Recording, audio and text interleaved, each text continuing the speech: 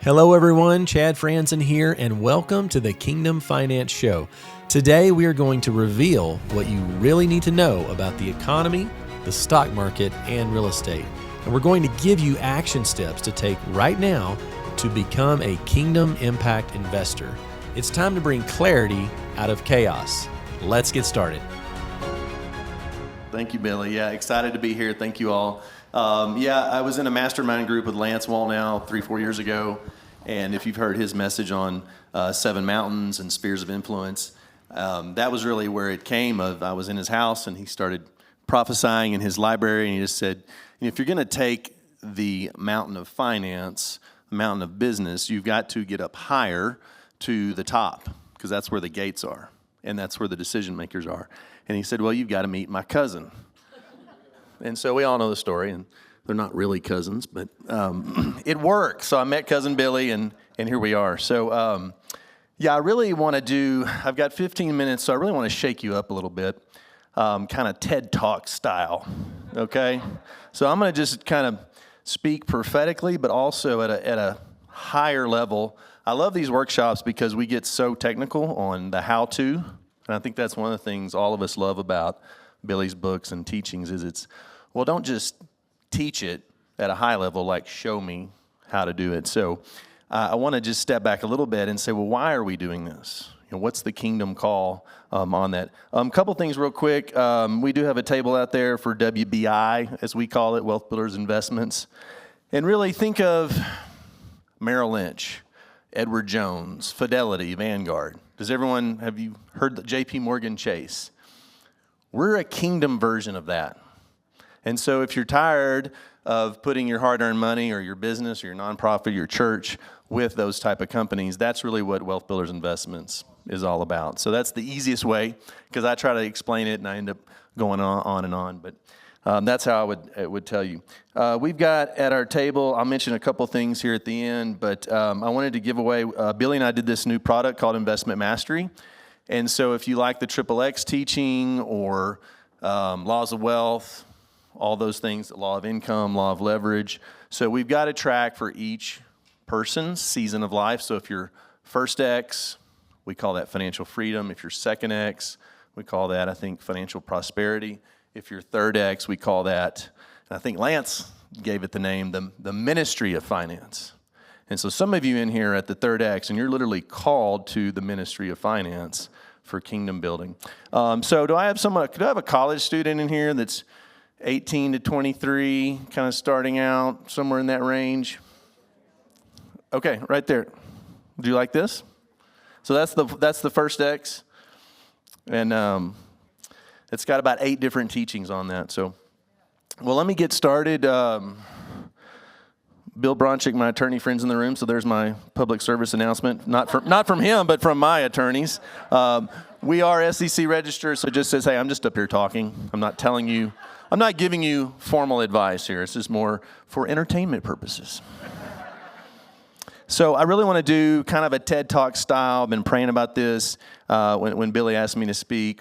And, this workshop is really a lot about equipping you, right? Really an equipping course, if you will, on how to invest in real estate, whether it's single family, multifamily, Airbnbs, commercial, on that. And so there's a lot of tools and strategies that all of us have, but I really want to stir you up a little bit today. And I want to start with a statistic. This is an article that came out in Christianity Today, August of 2022. And so I'm just going to talk about, there's $30 trillion, trillion, not billion, trillion, in the United States that's controlled by Christians in the stock and bond markets. Now, we're talking about real estate this weekend. This doesn't even include real estate, small business enterprise, 30 trillion. So these are individuals, these are organizations, these are churches. They're stewarding resources, 401ks, IRAs, brokerage accounts. Only 8% of them use any type of faith-driven framework in choosing their investments. Why? And the study went on to show that of the 8%, the majority of what they did was just a negative screen. And I'm going to explain this to you because I want to empower you. And all that's saying is, well, I don't like Google because of media censorship, so I'm not going to invest in them. Or I don't like Bank of America because they're very supportive of the liberal agenda, so I'm just not going to do that. So none of them were really doing what Billy and I talk about as social impact, kingdom impact, or we call it pro-values, right? So we want to change that, right? And so I'm going to show you some statistics to encourage you, because that's a little depressing, right? I mean, they're like, good grief, like 8%? We can do better. You know, Ecclesiastes, wisest man, probably worth more in today's dollars than the top 5 wealthiest people in the world today. If you put Buffett and Gates and Zuckerberg and all of them together, Elon Musk, Solomon would still be worth more. And he said in Ecclesiastes 11, you need to give to or invest in 7 or 8 different ventures, things, because you do not know what will come upon the land.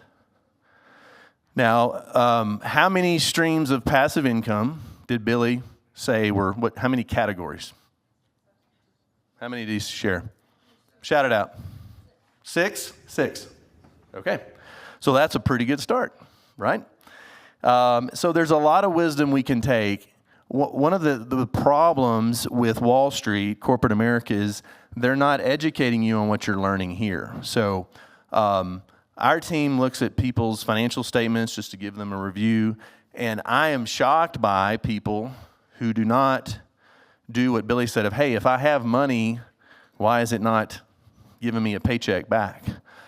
You could have $50,000 to $5 million, and yet Merrill Lynch, BlackRock, they might give you 1% in a dividend. They're just going to say, hey, let us take care of it. Don't worry about that recession thing.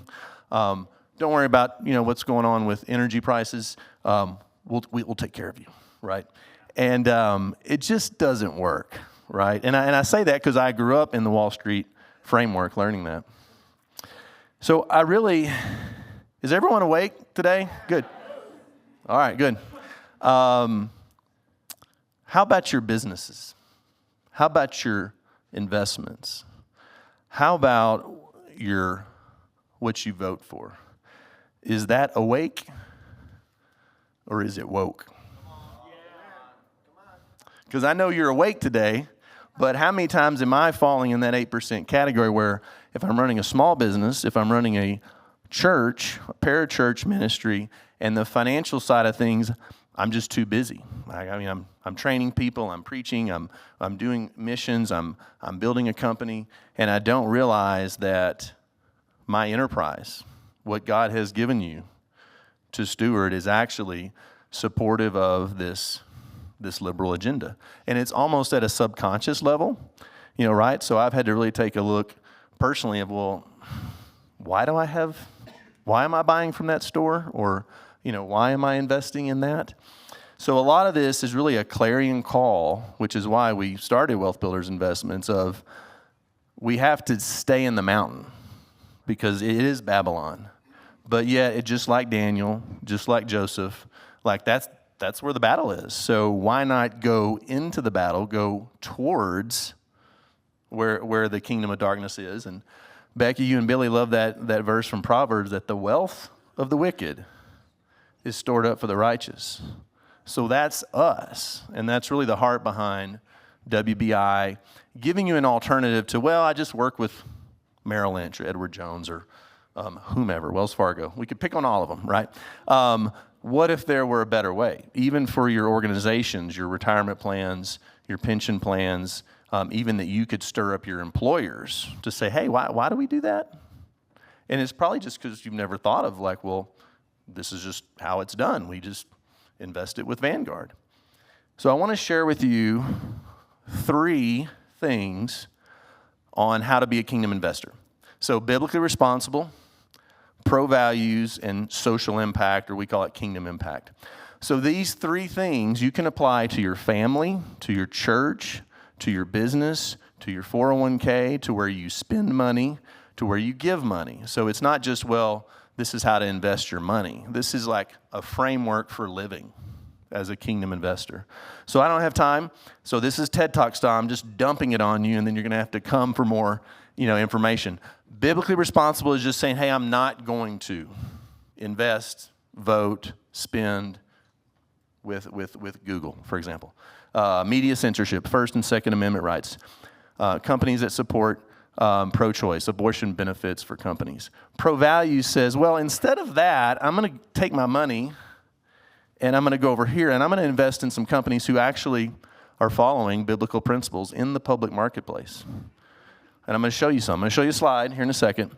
And I will be happy to provide these slides, so don't feel like you have to take pictures of all of them. Social impact. So that is literally saying, I do want a financial return, but I'm actually looking for how I can partner with the Great Commission in what the money is doing to find cures for diseases, get people out of poverty, share the gospel, get the Bible translated into other languages.